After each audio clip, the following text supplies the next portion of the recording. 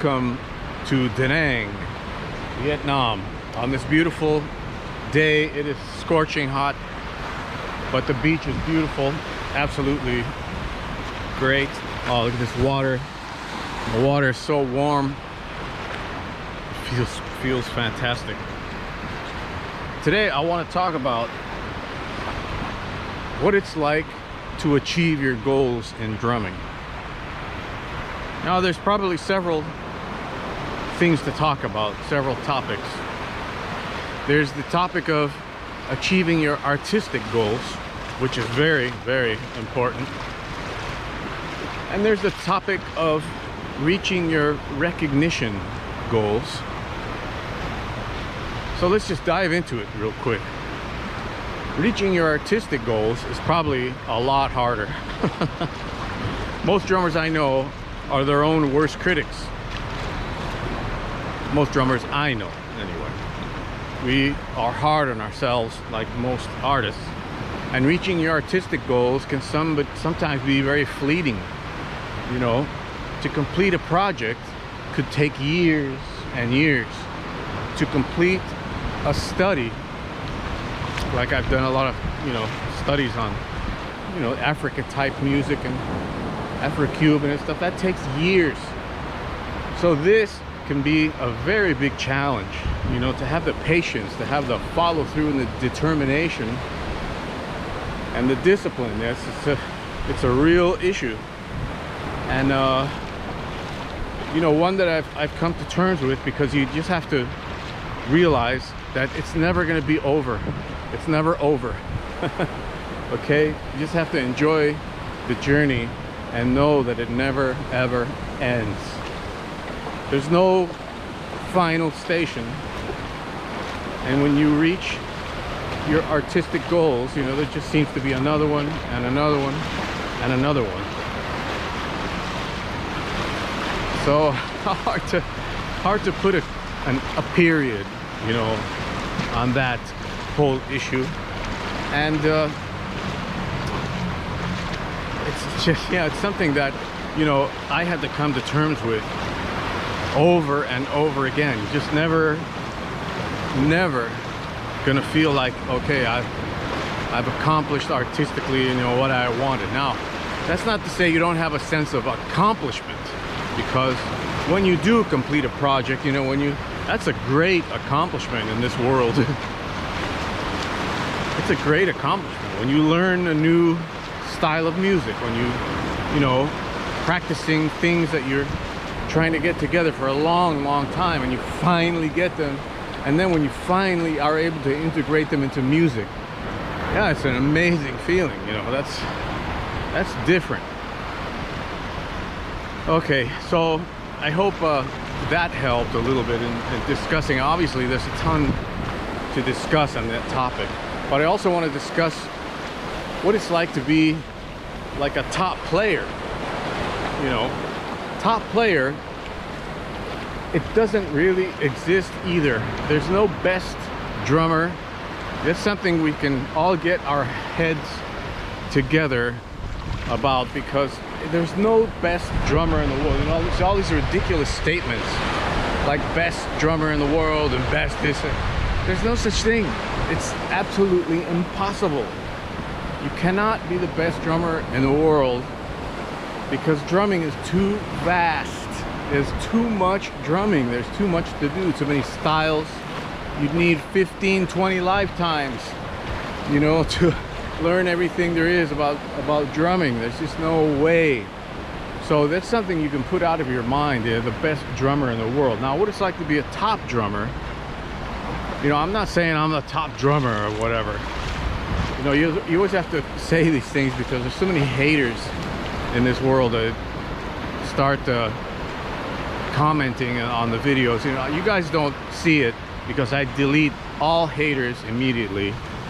But it's amazing that these people create accounts and you delete them, and they'll create another account and then come back on your channel and make some more stupid comments. It's amazing that people have time to waste on such things.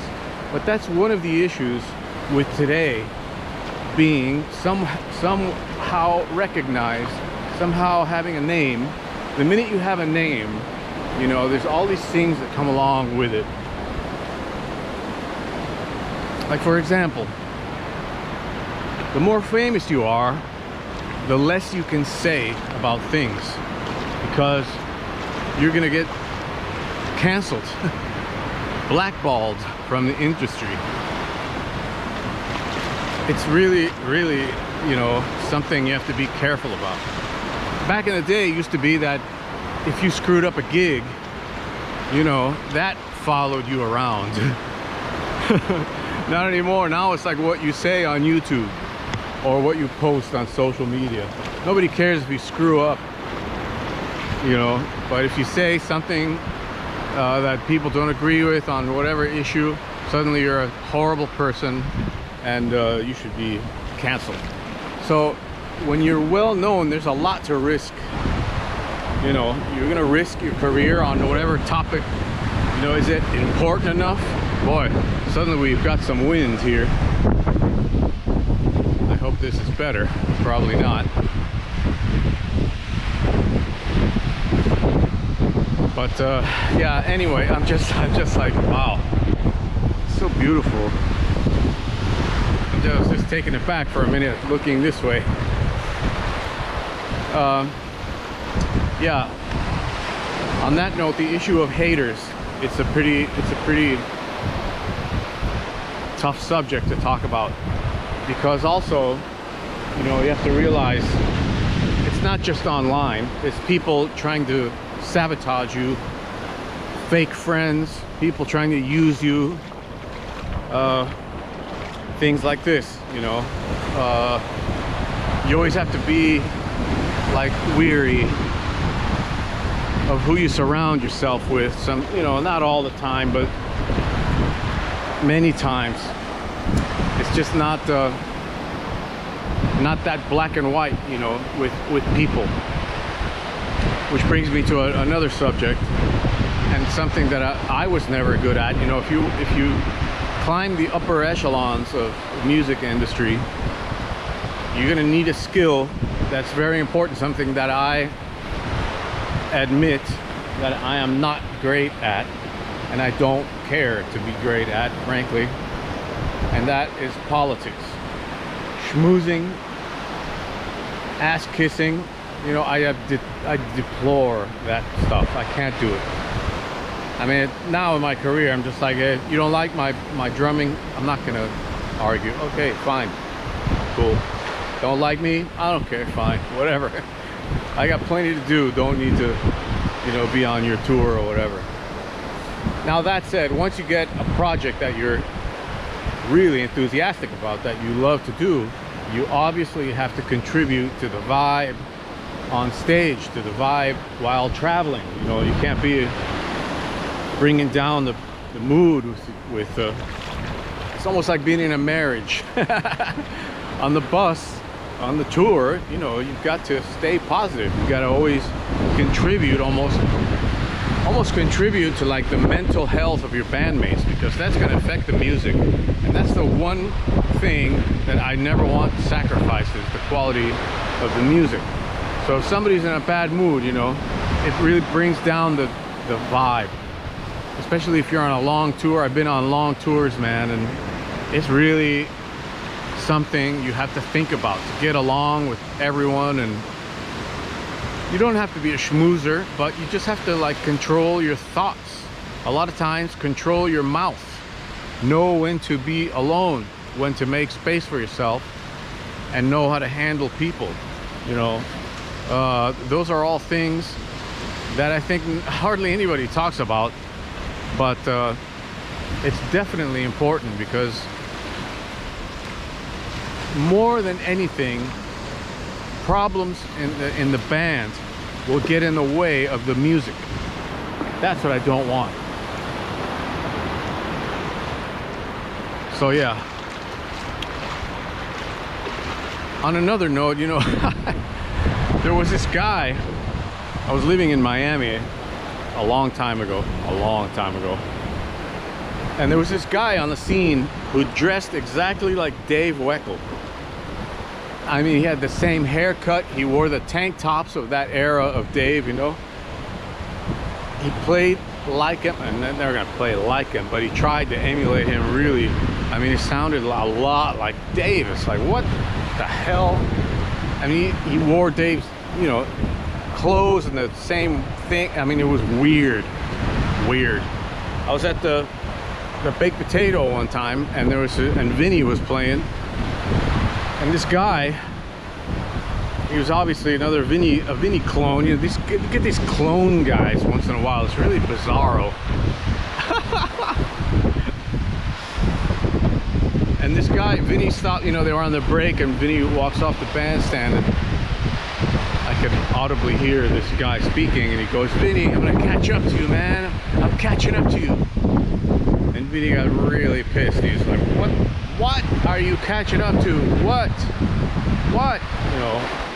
I mean, it must be frustrating to have that level of fame, you know, that all these people are always hounding you. I can see why guys get what seems to be aloof, but not really aloof. They're just kind of, you know, scared. Sometimes it's scary. You know, believe it or not, even I, in some countries, I'm more well known than in the United States. And sometimes people flip out. There was this one guy who threatened to kill me because I wouldn't let him post his stuff that he was selling on my Facebook page, right? He kept posting his gear on my Facebook page. I finally said, "Look, dude, this ain't the Recycler, man. This is my page. Okay, I'm deleting. What are you doing?" You know, I deleted all this stuff, and he became enraged. "Oh, I thought you were a nice guy," and blah blah blah, and all in different language, of course. Boy, this wind. I hope it doesn't affect the video too much. Anyway, it escalated to the point where he threatened to kill me. "I'm gonna come to your concert, man. I'm gonna kill you." What the fuck? Believe me, it happens. And that's not only once. There's another guy. There was this guy that hounded all like well-known drummers. This guy, he hounded well-known drummers, and he threatened to kill them. Believe it or not, it's a true story. And I know the other guys, you know, and they told me the same story. This guy, like, for like a year, he'll be obsessed with you, and he'll call all your companies and write them letters and say you're an asshole and all this. You know, that's really a side of being well known that perhaps you guys never thought about. But it happens, man. It really happens. So you have to like develop a way to deal with that as well. I've dealt with so many betrayals. Friends that I thought were friends trying to take my gigs and talking about me behind my back, and you know, horrible. I've had other friends that completely support me. I mean, above and beyond anything. I mean, amazing, right? Those are the kind of people you gotta find in this world. People who support you, and people that bring negativity into your life. Man, you gotta ditch those people fast. Ditch them fast. Have no remorse. Get rid of them, even though they seem like friendly, and then maybe even they toss you a few gigs here and there. You know, ditch them. Get them out of your way, because it won't be worth it. The people that do great things with you and for, you know, not for you, but with you, those are like gold in this world, man. I'm telling you. I had one of my best buddies, like a brother to me, Francesco Desmaele. He was my producer for years. He passed away, you know, and that was such a fucking heartbreak for me, because I know that guys like him are rare in this world. Besides the friendship we developed, you know, it's just the things that we did together. To have someone like that in this world, it's a rare thing. So I hope this is helping somehow, talking about these things, because it's important.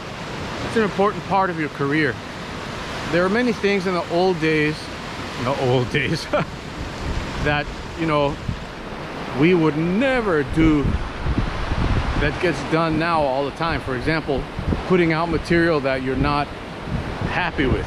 Now anybody puts out whatever garbage, wrong information, wrong, I mean, that would get you so blackballed in the old days. Now nobody cares. It's even great. Oh, the Rumba guy, the famous Rumba guy from MySpace. Oh my god. So I'm getting a little off the subject here, but to be well known, you have to guard your name. I guess that's the gist of what I'm trying to say.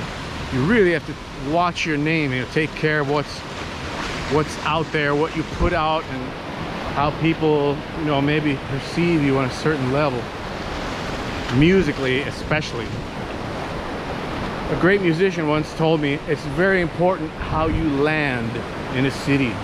If you're going to a new city, you're moving to a new city, how you land is so important.